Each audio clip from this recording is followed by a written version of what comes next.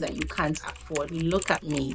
Stop gifting things that are too expensive or that are out of your budget just because you want to please other people. Now, I'm not suggesting that you alienate yourself from all of your loved ones and friends. Don't go and abandon everybody that loves you. And again, don't make anybody like your idol, or don't assume that anybody's perfect or anything. And I'm not saying have an argument with everyone every time. No, that's not what I'm saying. What I'm saying is, although this is generally a cliche thing to say, this is a guide to help you step into your authentic self in 2024 or whenever you choose. We're all in different stages in life and we're all faced with different circumstances and realities. You cannot constantly be having to explain your boundaries to people. If you surround yourself with people who already have healthy boundaries set, they understand your boundaries, it's a no-brainer to them. You're going to be making yourself feel uncomfortable. So where's the joy in that? Be honest with yourself. Be gentle with yourself.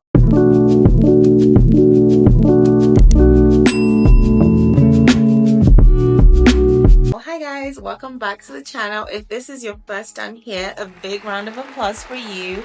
Welcome, welcome, welcome. My name is Fathia and I make lifestyle, beauty, and self-development content here on YouTube. This is a really fun channel, so consider subscribing and joining the family. Also turn on the notification bell so you can be the first to get notified when I post something new. As you can tell from the topic of the video, this video is all about me sharing my opinion on how you can become a more authentic version of yourself. Now, if this is a topic that you're interested in, make sure you stick around because we are jumping into the video right about now. This is a guide to help you step into your authentic self in 2024 or whenever you choose. So grab something to drink, grab your favorite snack, so that you and I can have this very, very, very important conversation. Becoming a more authentic version of yourself, or a generally better version of yourself, can take many different forms for different people. The work of self-development or self-betterment is not a one-size-fits-all, and the reason for that is simple.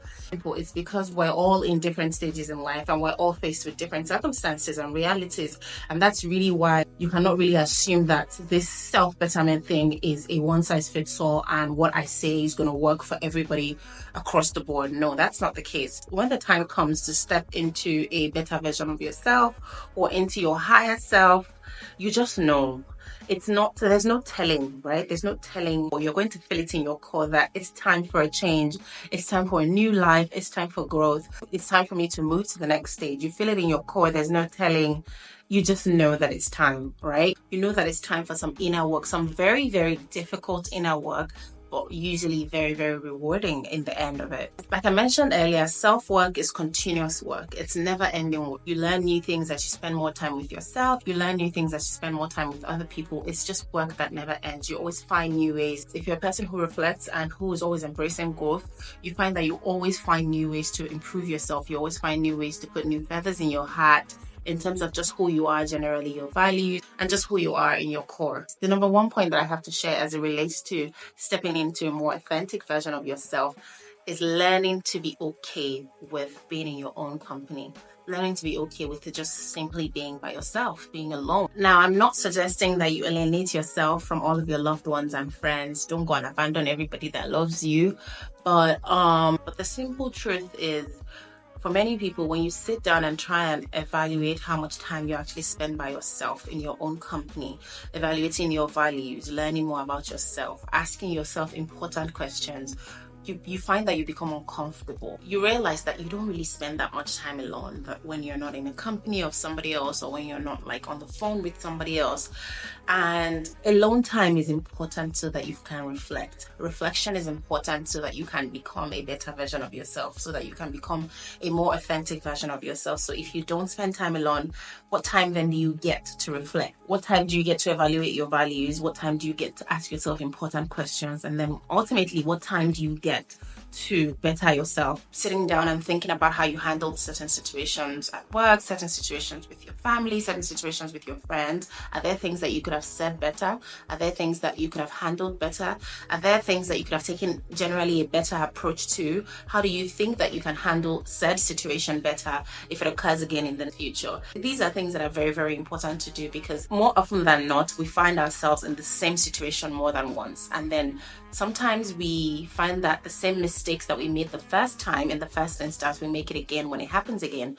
This is generally not because you're a silly person or you're a foolish person or you're a person who just does not think. It's simply because when it happened the first time, you didn't make time to reflect and you didn't make time to evaluate how you handled the situation when it first occurred. Reflecting helps you determine what lessons you want to take away from your experiences and also helps you plan accordingly for similar situations in the future. Being okay with being alone, being in your own company, allows you to be patient enough to hand select the people that you allow into your life and the relationships that you foster with other people. It just allows you to make sure that the people that you're selecting to be friends with, the people that you're selecting to spend your life with, the spouse that you're selecting, whatever it is, a person that you're allowing into your life, into your emotional space, it allows room for you to make sure that you are properly evaluating their values and that it aligns with your own core values. You're not just picking everyone and allowing everyone into your emotional space. My second point is that you need to understand the need to embrace imperfections.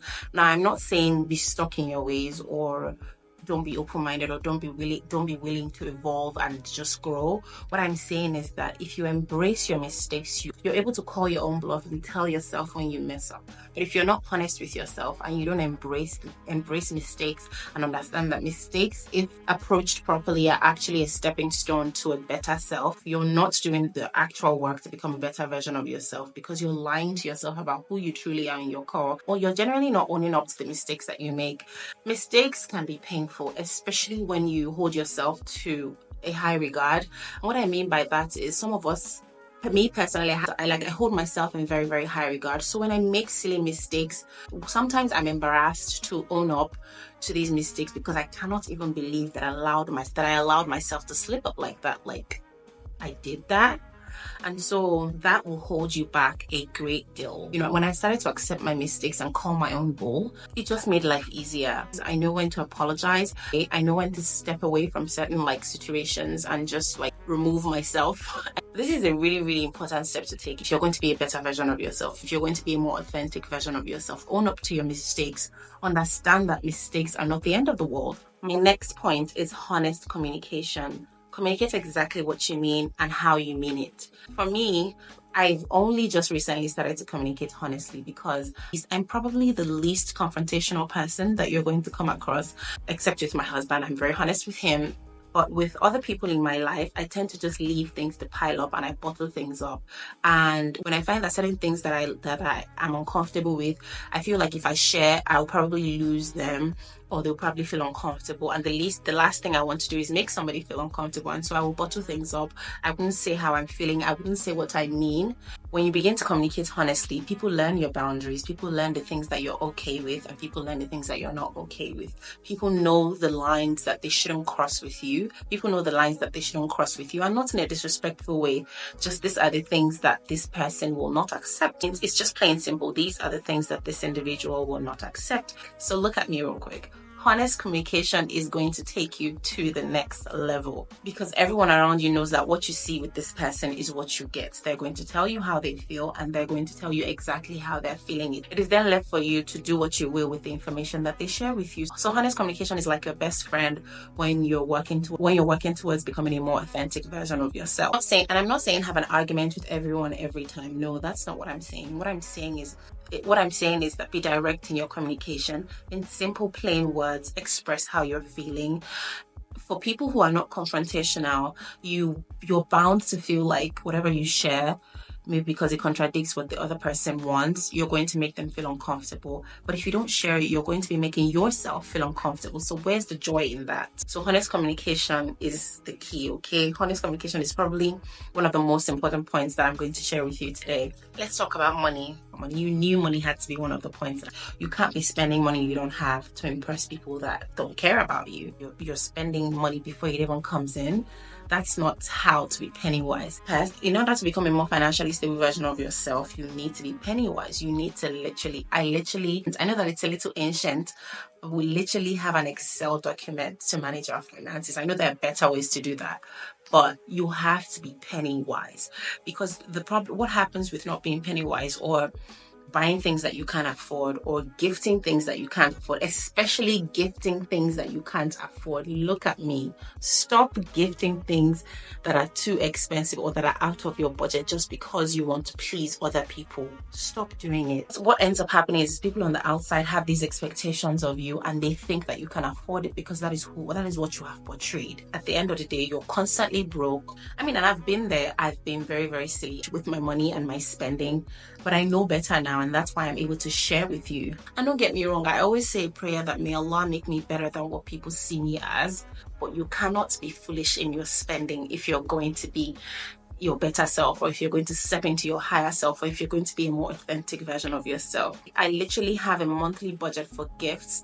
and if whatever I'm gifting is outside of what I have for what I have put aside for the month for that, I can't afford it, and I'm just going to downsize to something that's more within my budget. Oh, and it's that simple. The next point that I'm going to share is kind of a no-brainer. You should surround yourself with people that are like-minded, people that you consider to be authentic. Nobody's perfect, right? But there are certain people in our lives who we feel like, oh, that person is my spirit animal, that person is so cool, and I love the way that they're living their lives. I mean, we almost always don't know everything about people, but generally just surround yourself with people who have a growth mindset, who are always evolving, people who encourage personal growth, people who have healthy boundaries. These are the kind of people that you should surround yourself with, because you cannot constantly be having to explain your boundaries to people.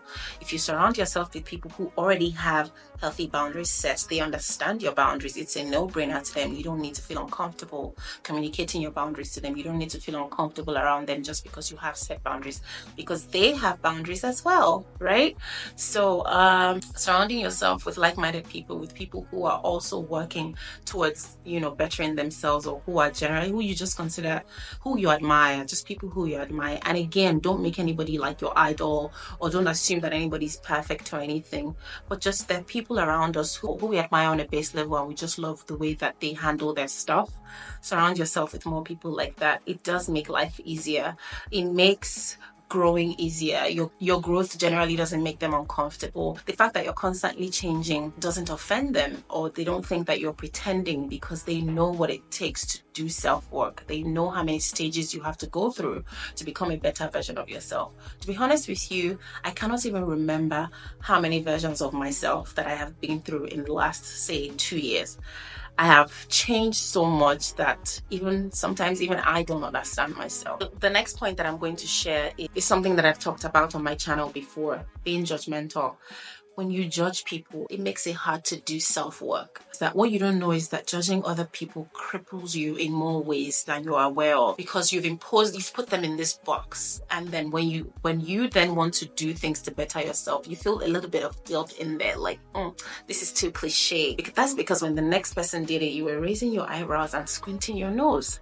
That's what happens, because you don't know that it's affecting your subconscious. You don't know that it's affecting the way that you think. Live and let live. Let other people wear what they want. Let other people go to places that they want.